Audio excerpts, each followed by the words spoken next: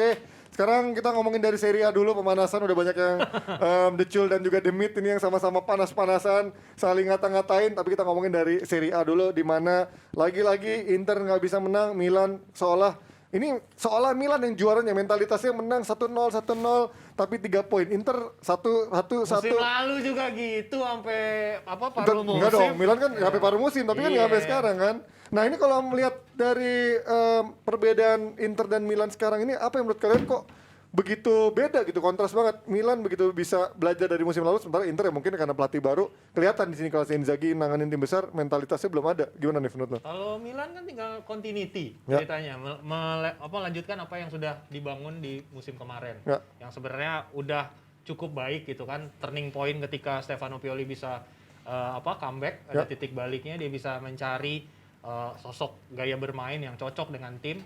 Kemudian relatif nggak banyak perubahan dari sisi materi pemain gitu, Ji. Dan juga cederanya nggak banyak gitu. Ya Ibrahimovic, tapi kan udah dilapis sama Giroud gitu kan. Jadi relatif sebenarnya Milan bisa mengarungi lebih stabil, dan kan memang karena dia juga sudah tersisih di Eropa, ya dari sisi konsentrasi pun nggak terlalu gimana-gimana gitu, Ji. Makanya yang gue lihat di sini, pelatih tidak berubah, materi pemain juga sudah saling mengenal satu sama lain, mainnya juga yang Koci bilang gerasak gerusuk ya gitu aja gitu, Ji. Yang penting menang gitu. Kalau lihat kan banyak banget gelandang penghancur gitu kan kalau di tengahnya. Serem semua gitu.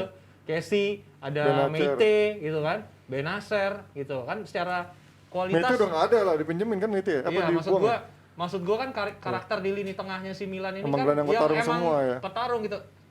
Relatif yang klasik cuma Sandro Tonali kan kalau kita lihat gitu. Dan permainan Tonali itu step up musim ini.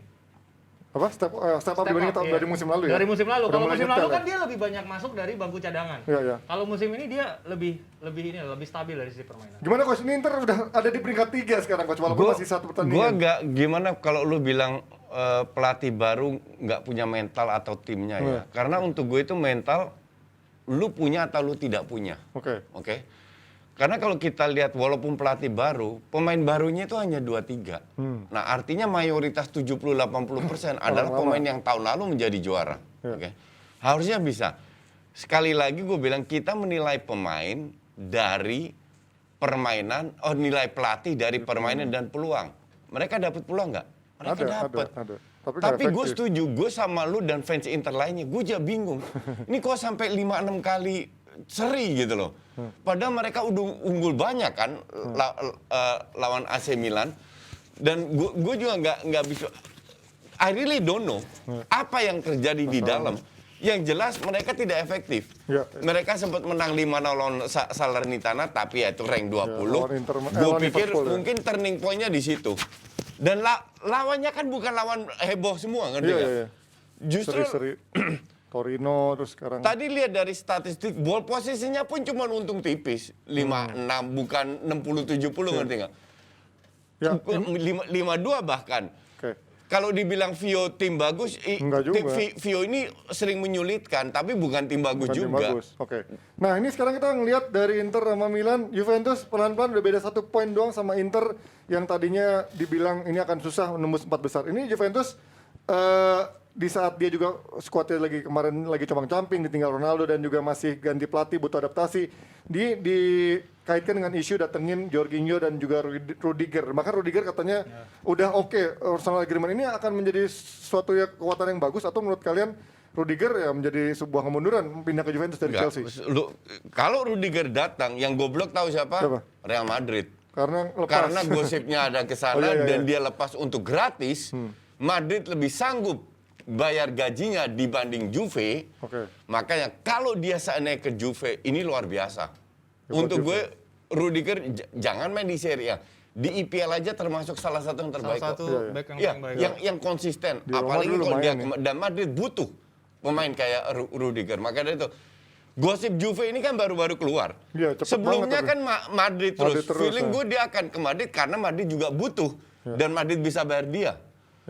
Kalau dia berandai-andai ke Juve, itu salut buat Juve. Ini kan sekarang si Arrive Bene kan lagi benar-benar ngebenerin apa yang keporak-porandakan yang ditinggal oleh Paratici, yang emang strategi free transfer sampah yang dia kasih ke Juve kan emang dragging tim ini terbukti kan di paruh pertama musim gitu. Dan Paratici ngurusak Spurs. Spurs. Ya, tapi anyway itu debatable. Tapi yang fakta adalah ketika Arafi Bene berhasil mendatangkan Vlahovic ketika itu dibutuhkan gitu kan. Kemudian dia berhasil mendapatkan Zakaria dengan relatively murah gitu. Kemudian bisa mensecure kalau memang nanti dikonfirmasi Rudiger bisa bergabung. Ini kan sebenarnya secara grand design-nya Chiellini setelah Piala Dunia itu kan pengen pensiun. Sebenarnya tuh dia mau pensiun musim ini. Tapi karena dia mau main di Piala Dunia, dia paksain semusim lagi gitu. Dan menurut gue ini akan menjadi pembuktian bahwasannya meskipun dia bukan dari latar belakang sepak bola, tapi dia bisa memanage Juventus dengan baik. Dan kalau kita lihat terjadi shifting yang sangat besar, Ji.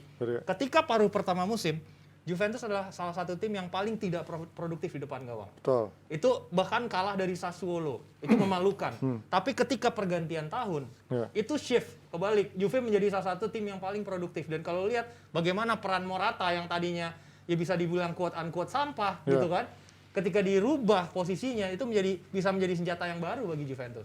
Oke, kalau ngomongin Jorginho, menurut kalian ini suatu pembelian yang bodoh nggak buat Chelsea kalau sampai ngelepas Jorginho gitu? Terlepas dari memang ya dengan situasi Chelsea nggak mungkin untuk nahan dia kalau emang tawaran menarik dari Juventus datang.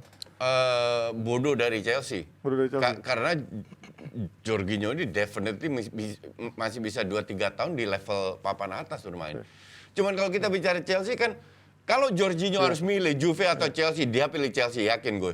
Cuman yang jadi masalah kan sekarang kapan Chelsea ini mendapatkan pemilik baru. Betul, pada saat mendapatkan pemilik baru semua sudah jelas. Sekarang kan serba tidak jelas. Benar. Tapi kalau asumsi kan kita berandai-andai. Asumsi tidak ada pemilik baru setelah bulan Mei Juni. Jorginho nggak kemana-mana. Oh iya. Nggak bisa. Karena nggak boleh keluar. Kontraknya masih ada kan. Iya. Nggak kemana-mana. Yang kemana-mana cuman 4 atau 3 pemain yang free transfer. Rudiger bisa kan? Rudiger, Aspi, dan Christensen. Christensen hampir tanda tangan, Aspi kemungkinan juga dengan Barca, 2 pemain itu. Dan Rudiger ya, gue bilang sih dia ke Madrid. Kalau ngelihat kemarin kemarin Juventus diporak-porandain sama Villarreal ini artinya kan memang ketika nggak ada Bonucci sama Chiellini, De Ligt maupun Rugani atau ya ketika nanti misalkan siapa yang lagi balik tuh?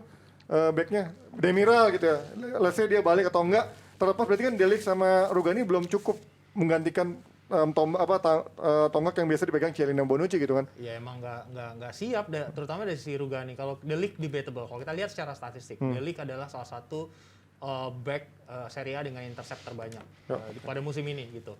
Yang menjadi perbedaan adalah ketika dia bermain dengan Bonucci, dia bisa lebih tenang, terutama dengan Chiellini gitu kan. Dia sendiri mengakui bahwasanya dia belajar banyak dari 2 back senior ini. Ketika ditandemin sama Rugani, ini beda, Ji. Terutama juga tergantung siapa yang ditaruh di back kiri. Ini kan adalah sebuah situasi yang dimana musim ini Juve sangat tidak stabil. Kadang itu Sandro sepanjang musim cedera, kadang ditaruh Pellegrini di situ, kadang ditaruh Danilo di situ. Jadi back tengah juga kadang-kadang Danilo. Iya, jadi itu yang menjadi kunci karena kan relatif ketika memainkan 4 back sejajar, yang di sebelah kiri yang sebenarnya lebih banyak rentannya karena itu kan De Ligt di sebelah kanan. Betul. Dan kalau lihat kemarin banyak kesalahan yang dibuat oleh Rugani gitu. Dan itu alasannya kenapa dia dibuang musim lalu gitu.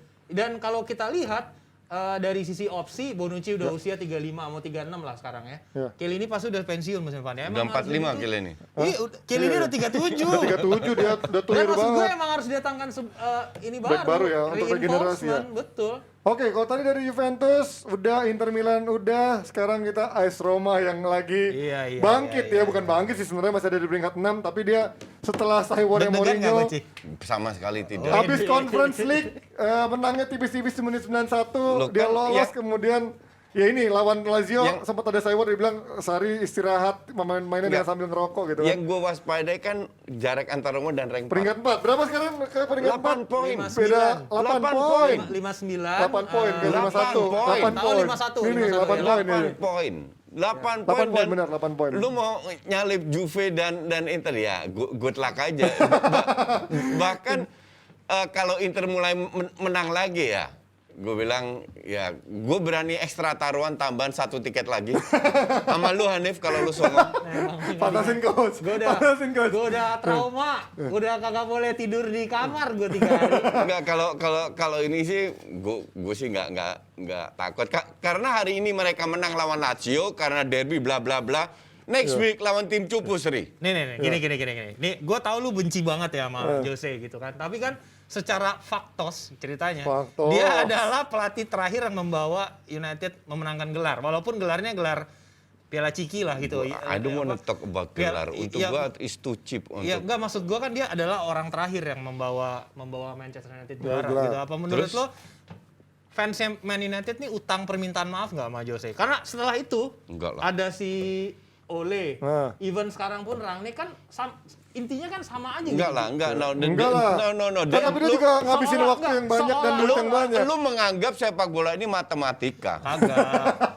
Kagak matematika kan gue nanya sama lu. Enggak. Apakah fans Man United utang permintaan maaf? Kenapa? Karena ini kan setelah dari Man United karirnya Jose itu nyungsep kan? Bener. Gitu, nyungsep. Di United aja berarti udah nyungsep. menunjukkan dia memang sudah habis nggak sih? Di United aja udah habis. Enggak juga, Ji. Enggak. Maksud gua kan kalau kita compare apple to apple sama pelatih Manchester United lain setelah dia. Bahkan tuh enggak memberikan gelar.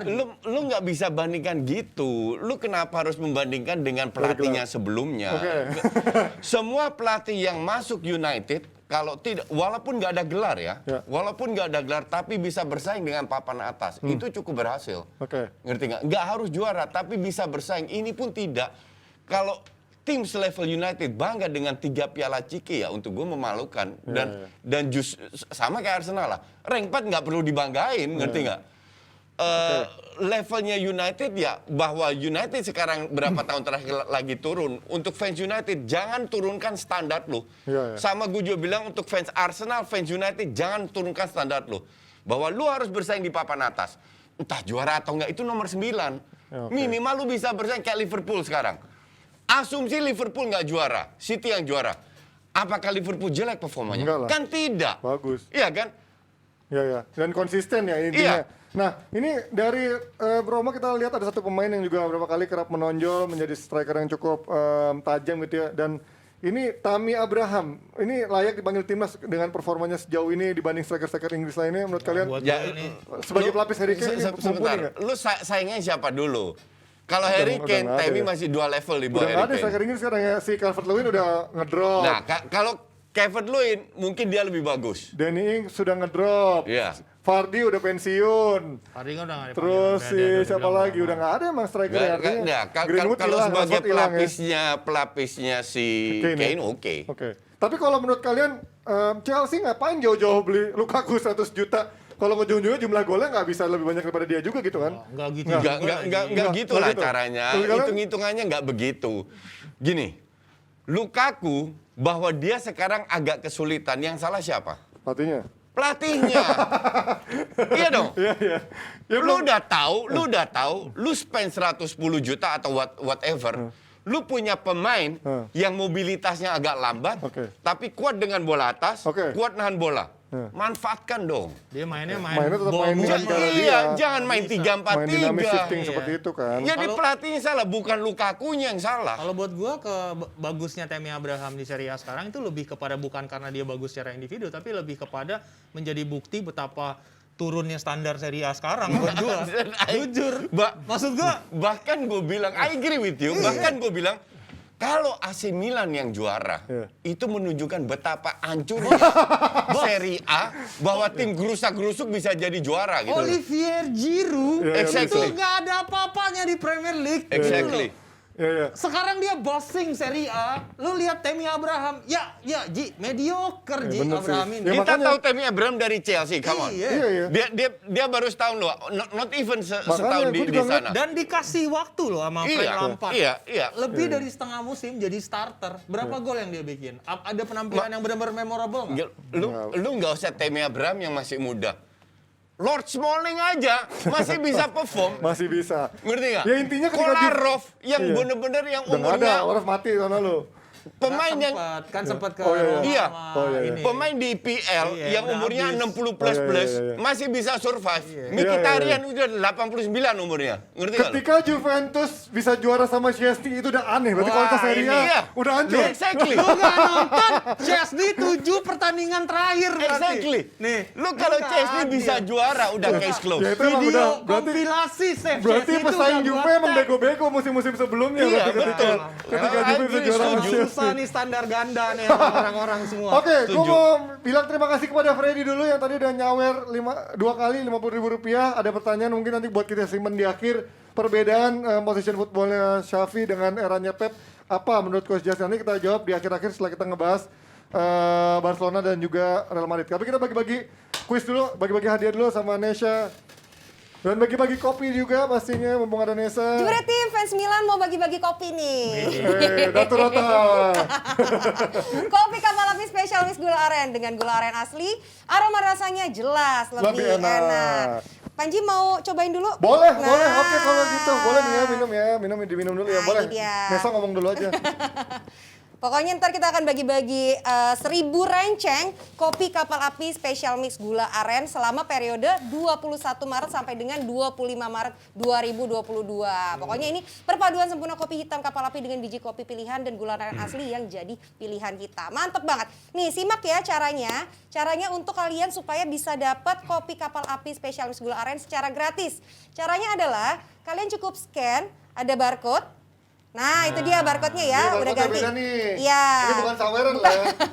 Beda barcode-nya. Kalian tinggal scan aja barcode di situ atau juga kalian bisa klik link yang ada di live chat. Kolom live chat itu kita udah taruh link juga. Langsung aja kalian klik di situ, nanti langsung nge-link ke websitenya Kopi Kapal Api Spesialis Gula Aren. Terus begitu kalian klik, nanti langsung yang nongol itu adalah varian kopi kapal api spesialis gula arennya. Tinggal kalian klik, masukin keranjang, terus kalian pilih bayar sekarang, jangan bayar besok. Waduh, jangan. Bayar sekarang, kalian klik ya. Nah, terus nanti kan ada total harganya tuh. Ya. Langsung kalian masukin voucher, kode voucher. Kode vouchernya adalah itu dia, Kak KA Gula Aren DPI. Sekali lagi, kode vouchernya adalah KA Gula Aren DPI. Nah, begitu kalian masukin kode vouchernya, langsung auto 0. Dan ongkirnya juga gratis, tis. Gila nih, Langsung aja. Buat kaum gratisan pasti demen banget ini ya.